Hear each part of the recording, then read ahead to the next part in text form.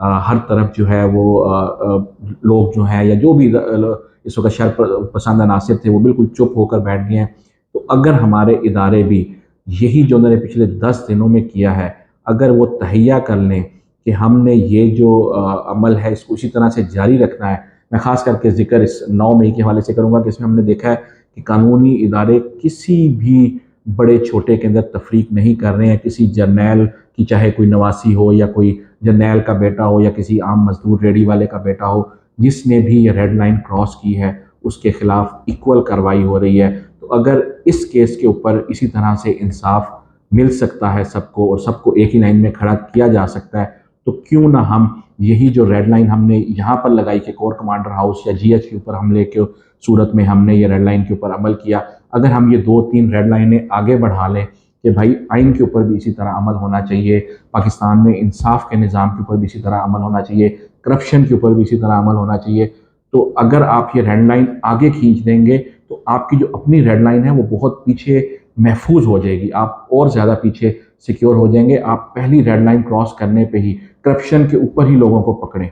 کوئی قانون توڑنے کے اوپر ہی لوگوں کو پکڑیں۔ کیوں ہمارے ملک میں آپ مختلف جگہوں پہ دیکھتے ہیں کہ ویڈیوز آنے کے باوجود لوگوں کو پکڑا نہیں جاتا ہے، کوئی بینک لوٹ رہا ہے، کوئی لوگوں کو قتل کر رہا ہے، کوئی اور قسم کی زیادتی کر رہا ہے، کوئی کرپشن کر رہا ہے، لیکن ان کے خلاف کارروائی نہیں ہوتی ہے۔ لیکن یہاں پر ایسی ہماری سیکورٹی ایجنسیز نے پھرتی دکھائی ہے اور ایسی اپنی صلاحیت دکھائی ہے کہ کوئی بندہ وہاں سے اگر گزرا بھی ہے تو اس کو بھی ہے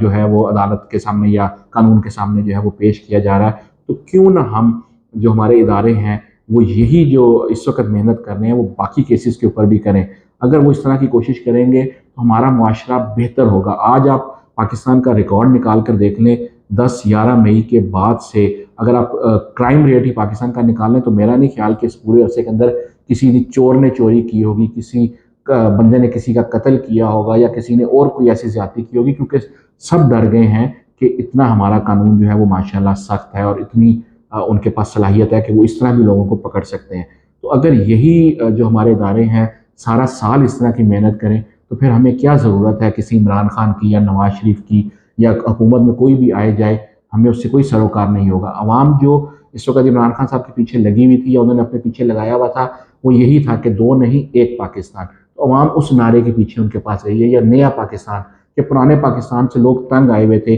کہ جہاں پر 2 قانون تھے، امیر کے لیے اور قانون تھا، غریب کے لیے اور قانون تھا۔ لیکن اس وقت پاکستان میں یہ جو واقعہ ہوا 9 مئی کا، اس میں کسی کو نہیں دیکھا جا رہا کہ یہ کوئی بزنس مین ہے، یہ کوئی جرنیل ہے یا یہ کوئی بھی واٹس ایور ہے، کوئی سیاستدان ہے، سب کو ایک ہی انہوں نے صف میں کھڑا کر دیا ہے۔ تو اگر ہمارے ریاستی ادارے آج یہ تہیہ کر لیں تو میں گارنٹی دیتا ہوں کہ پاکستان بھی امریکہ، انگلینڈ، برطانیہ یا جو بھی باقی دیگر ممالک یورپین ممالک ہیں ان سے آگے نکل سکتا ہے یا ان کے برابر جا سکتا ہے، کیونکہ وہاں پر بھی جو انسان ہے وہ تو بد تہذیب ہی ہے۔ انسان کبھی بھی جو ہے وہ تہذیب والا نہیں ہوتا ہے۔ سوسائٹی ہم کہتے ہیں وہ جو بڑے مہذب لوگ ہیں، وہ مہذب نہیں ہیں۔ آپ انہیں پاکستان میں لائیں وہ اس سے بھی شاید زیادہ بے مہذب یا بدتمیز ہو جائیں گے۔ وہاں پر قانون کی حکمرانی، انہیں پتہ ہے کہ اگر انہوں نے یہ لائن کراس کی تو ان کے خلاف ایسا ایکشن ہوگا، انہیں ایسا پکڑا جائے گا کہ پھر چاہے پرائم منسٹر بھی ہوگا تو وہ انہیں نہیں چھڑا سکے گا، یا کوئی جنرل بھی ہوگا تو وہ انہیں نہیں چھڑا سکے گا۔ تو اس وقت میرا پروگرام لمبا ہو رہا ہے، آپ کو 2 ہی باتیں بتانا مقصود تھیں کہ ایک، یہاں سے اپنی اپنی غلطیوں سے سیکھیں، سب اپنے گریبان میں جھانکیں، عمران خان صاحب سے لے کر شہباز شریف صاحب سے لے کر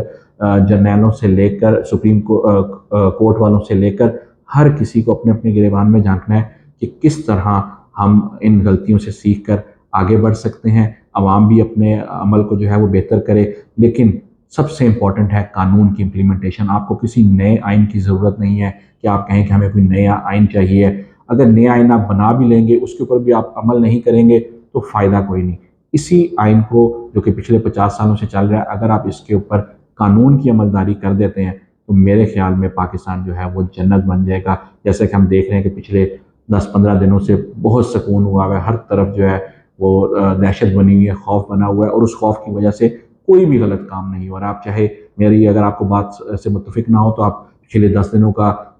کرائم جا کے ریکارڈ نکلوا لیں کسی بھی ادارے سے، آپ کو پتہ لگ جائے گا کہ پچھلے 10 دنوں میں کہیں پہ بھی کوئی جرم یا ظلم نہیں ہوا ہے۔ امید کرتے ہیں آپ کو میرا یہ چھوٹا سا پروگرام پسند آیا ہوگا۔ اس کے ساتھ ہی اپنے میزبان محسن ملک کو اجازت دیں، آپ سے ملاقات ہوگی بہت جلد۔ اللہ حافظ.